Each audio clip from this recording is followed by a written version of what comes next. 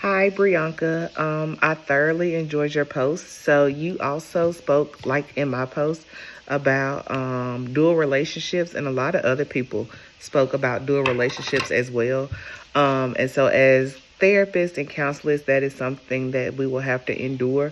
So the dual relationships can engage clients in more than one capacity. It can be simultaneous or sequential, and it can also be social interactions as well as business dealings. So, some of the dual relationships that I found on this website called therapytraining.com includes social relationships, business relationships, familial relationships, sexual relationships, as well as professional relationships.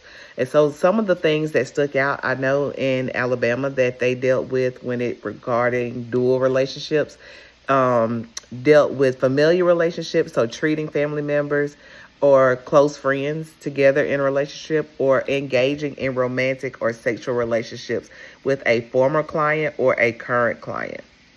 Some of the reasons why these things happen is because of a power imbalance, conflicts of interest, boundary confusion, confidential concerns, as well as impaired professional judgment. And I know last week we also spoke about whether to disclose or not to disclose. So I think that goes to the boundary confusion. And we always know as counselors that we are not supposed to inflict our beliefs or push our opinions and values on our clients. So sometimes I think boundaries can be blurred, and a lot of people work in the gray area. And that's what makes things a little tricky instead of keeping it black and white. So some of the guidelines for managing dual relationships include prioritizing the client's well-being, which should always be first and foremost, maintaining those clear boundaries, seeking informed consent, documenting everything, consulting with colleagues if there's a question or if you have a challenge or not sure about something. Always ask another professional that's in the field.